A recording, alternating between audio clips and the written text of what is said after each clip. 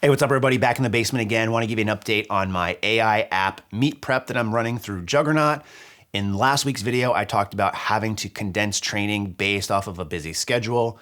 This week, I'm going to talk about having to move training around due to forced days off, so not lifting whatsoever. So it's been a full week since I was able to train. I had a vasectomy last Wednesday, and the doctor told me to take at least a full week off based off how I feel. No strenuous activity, definitely no heavy weightlifting. And I said, Doc, have you seen my bench press videos on Instagram? And he took that into consideration, but said, take a week off and then see how you feel. And after a week, I felt pretty good, all things considered. But that put me in a little bit of a predicament, right? Because I hadn't trained in a week.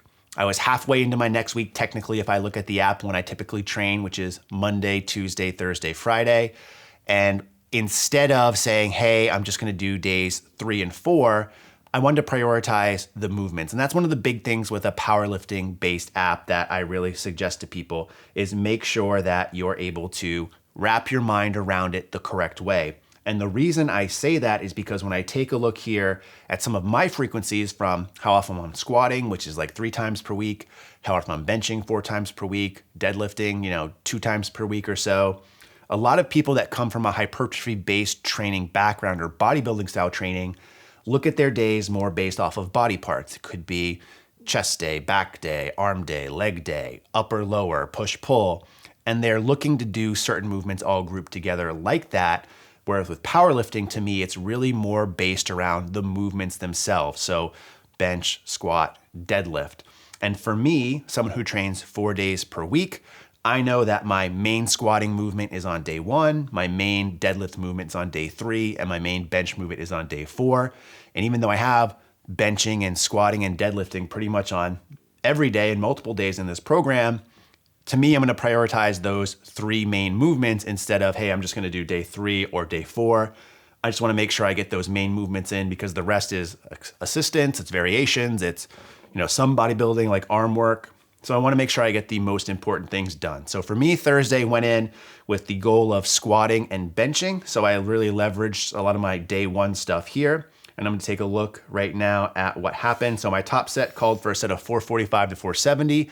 Truth be told, going into the session, a little bit nervous. I didn't want to blow up my sack, but apparently I don't engage my sack when I lift because things felt really, really good. So much so, in fact, that I ended up doing a top set of 475 for 5 at an RPE of 8. Now this was 5 pounds more than the app recommended. And usually I say stick with what the app recommends, especially coming back from a week off. But things were moving really good, feeling really good. And to be honest, a lot of my training decisions is based off of the convenience of loading the barbell. So it was a lot easier to add a pair of 35s, coincidentally, instead of adding 25s, 5s, and 2.5s to the bar. So 475 for 5, rated in an RPE 8, which I think is very good, all things considered.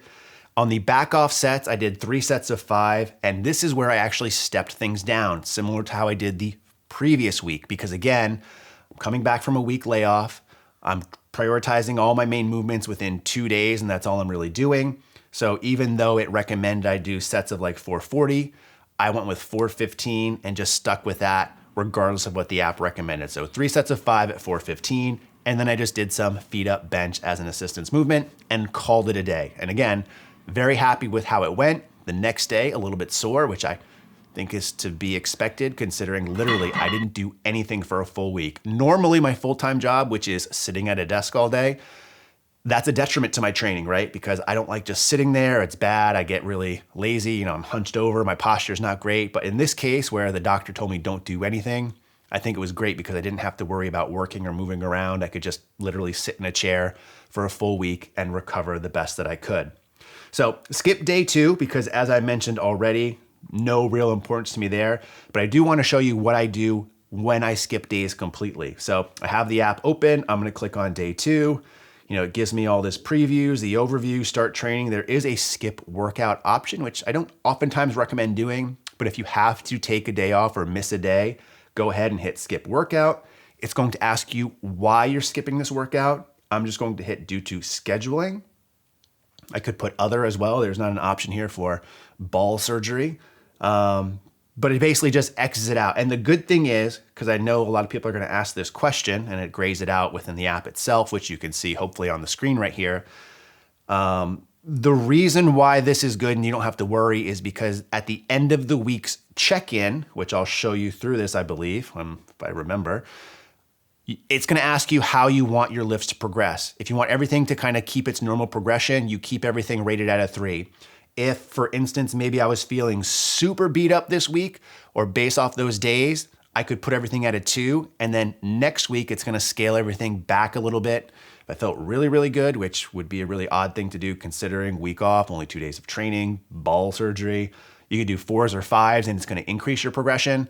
But I'll get more into that when I actually talk about when I feel like the app is either pushing me too far or not pushing me enough. But just know that skipping a workout day due to scheduling and even fatigue in some instances isn't going to have that much of an impact unless you're rating your end of session and end of week check-ins that the progression or the lifting was too strenuous for you. So that gave me one training day, Thursday. The next day, Friday, what I did is I decided to prioritize my top movement from day 3, which was deadlift, and my top movement from day 4, which was bench. So day 3, I'm just gonna click on it because even though it was literally yesterday, I'm an old man and don't tend to have the best memory. Comp deadlift, top set of 4, it recommended 480 to 505. Again, I've just been feeling really good, especially with deadlifts for the most part. Some of that might be some false hope from the previous week with using the Kabuki deadlift bar, but I went for 515 for 4, and it felt tremendous. I rated it at an RPE 5, so that's huge for me considering I was a little bit sore from the previous day. Again, week off, whatever the case may be. 515 for 4 at an RPE 5. I then did back off sets at 495 for 4, rated those at a 7. Again, felt really good. And that was literally the only thing I did from day 3. I went through and I had basically finished the workout. I just said I was not able to complete due to time. And then I went into my day 4, and here I did my top set of bench, which for me was a top set of 5 at 245 to 260. Again, the convenience of loading the bar is a very big factor in how I pick my weights.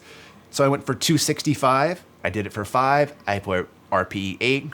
Happy with that because I was considering that I should have been doing this the previous day instead of doing the bench assistance movement the day before because my pectorials were a little tight, but happy with that because it was above what the recommendation was anyways, and RP8 for me is, I think, right in line with where I should be.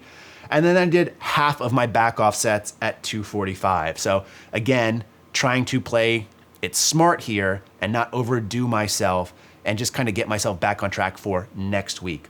I did, however, past that point, just do some lat pull down stuff, which I logged 2 sets of just because I hadn't really done any real back movements. And I thought that if I was going to do something, that would be the best thing to do. And then again, I went and I finished my workout and I just said I was not able to complete due to time. So that leaves us where we are right now. And again, I'll pull up the app so you can see how I log this. This week is technically done. You see 3 of the days are in light gray because I logged them. 1 of the days is in dark gray and has an X next to it because I completely skipped it. I'm going to hit complete week as I normally did. And here is where it asks you again how you're feeling and how you want the progression to go. I'm going to keep everything at a 3, which is proceed with the plan as normal. Again, if I hit 4, it'll say the workouts could have been tougher. If I hit 5, it says way too easy. So again, this is one of the key things to do in addition to your end of day check-ins is your end of week check-ins, because this is where it's going to start really playing around with how it programs you for the following weeks. Again, you have the option to modify the program if you want. I do not want to. I'm going to complete my week. And just like that, I'm done and I'm on week 4 with all 4 training days. And of course, I'll update you guys as I go throughout this process. So that's logging a week on the Juggernaut app when you're forced to take days off. If you have questions or certain things you want me to try to cover in the next video, please let me know in the comment section below. But in the meantime, as always, thanks for watching and stay big.